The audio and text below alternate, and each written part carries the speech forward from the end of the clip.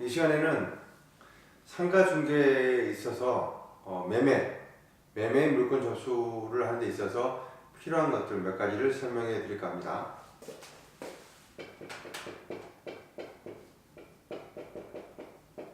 상가 매매의 물건 접수. 자, 상가 매매의 물건 접수. 오늘 이 시간에는 건물 매매를 물건 접수 받을 때 필요한 것들 몇 가지를 설명해 드릴까 합니다. 첫 번째, 이제 물건의 현황을 파악을 해야 되겠죠. 그래서 기본적으로 주소, 번지수가 되겠죠. 어디에 위치하고 있는지 번지수. 그 다음에 용도 지역. 이 건물이 이종 주거 지역에 있는지, 상업 지역에 있는지, 준주거 지역에 있는지 용도 지역을 파악하고, 당연히 지목은 이제 알 수 있겠죠. 그 다음에 대지 면적, 지목이 대지를 할 경우에는 대지 면적이 몇 평인지, 몇 제곱미터인지, 그 다음에 건물의 전체적인 면적, 연면적. 그래서 대지 면적은 이제 주변 시세를 알아보면은 이제 토지 가격을 좀 알아볼 필요가 있겠습니다. 그 다음에 연면적은 언제 준공을 했는지에 따라서 이제 투자가 됐던 건축 비용을 우리가 또 산정해 볼 수도 있습니다. 그 다음에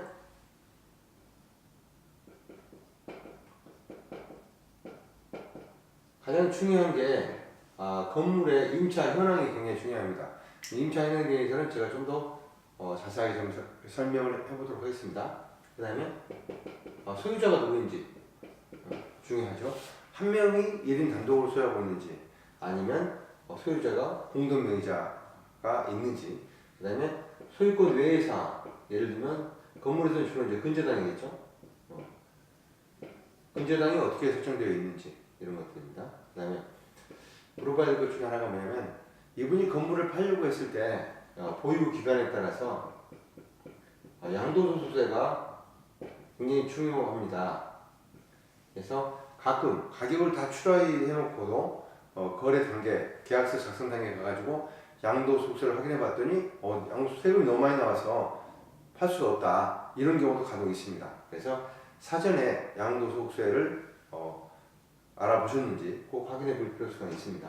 자, 여기서 중요한 게 임차 현황이 되겠습니다. 왜냐하면 상가는 대부분 사는 사람들이 상가를 보유해서 수익률이 어떻게 되는지, 그 다음에 나중에 시세 차익을 볼 수 있는지, 이런 것을 굉장히 중요하게 고객들이 생각합니다. 그래서 임차 현황을 파악할 때는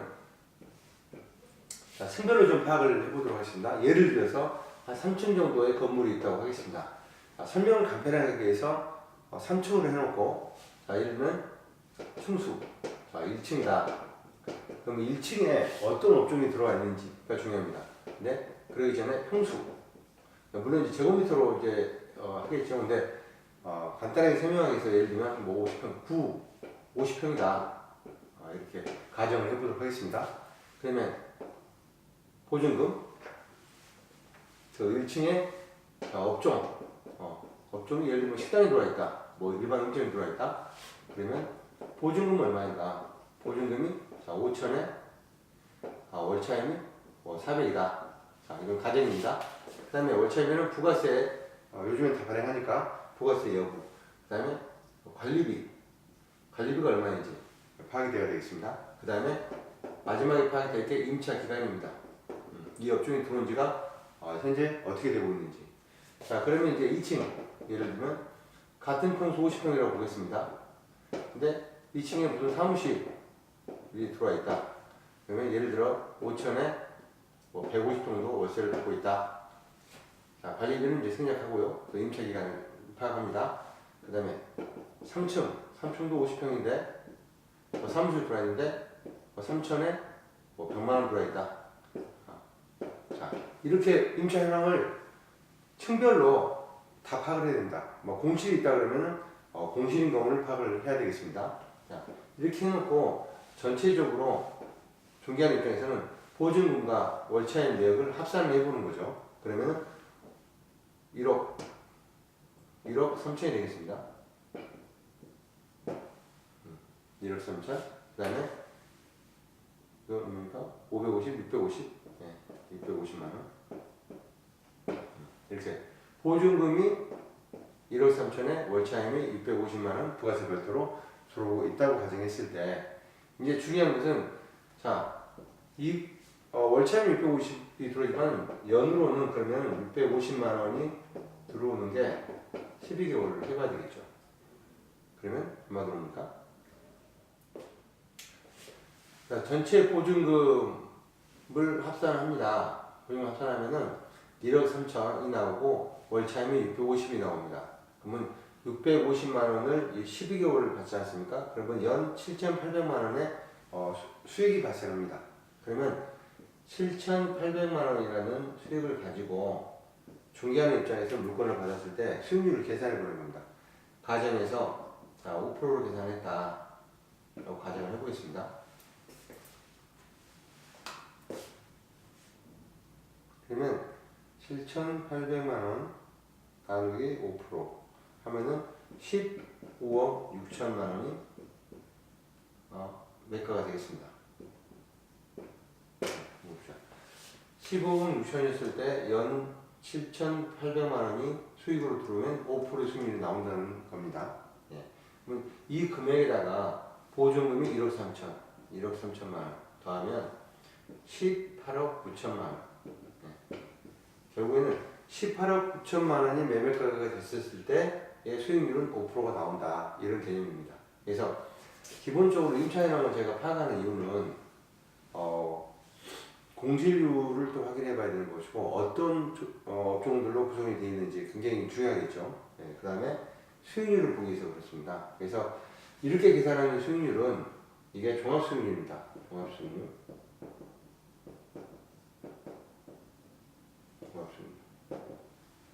종합수익률은 이제 매매 가격이 있습니다. 매매 가격에서 보증금을 빼죠. 이런 투자금입니다. 보증금을 빼고 위에는 월차임 곱하기 12개월 연 월차임 들어오는 총 연 수익 예. 이렇게 원수익을 위에 놓고 밑에서 매매가에서 보증금을 뺀 투자금액을 했을 때 곱하기 100 예. 그러면 수익률이 나옵니다. 이런 경우는 5%가 나오는 거고 종합수익률이 아닌 만약에 이제 융자 아까 근저당 부분에서 융자를 이렇게 끼고 있다 할 경우에는 이제 종합수익률이 아닌 자기자본 수익률입니다. 자기자본 수익률은 아까 종합수익률이 매매 가격에서 보증금을 뺐죠. 보증금을 빼고 여기서 이제 융자금을 뺍니다. 예. 그럼 융자금은 실제 자기가 갖고 있는 자기자본이 되겠죠.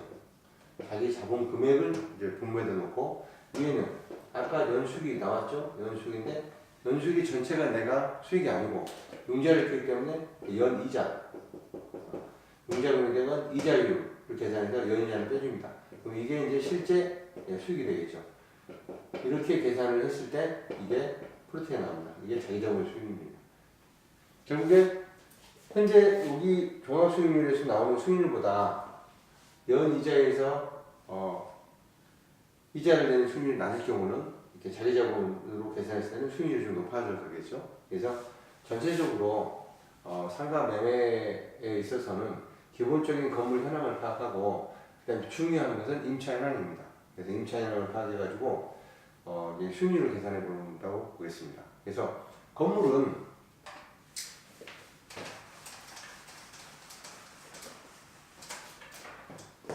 소유주 입장에서는 결국에는 토지 가격이 있을 거고 그 다음에 건물을 짓는데 건물 가격이 있을 겁니다. 그래서 건물주가 직접 토지를 매입해서 지을 수도 있겠지만 기존에 지어진 것을 살 수도 있습니다.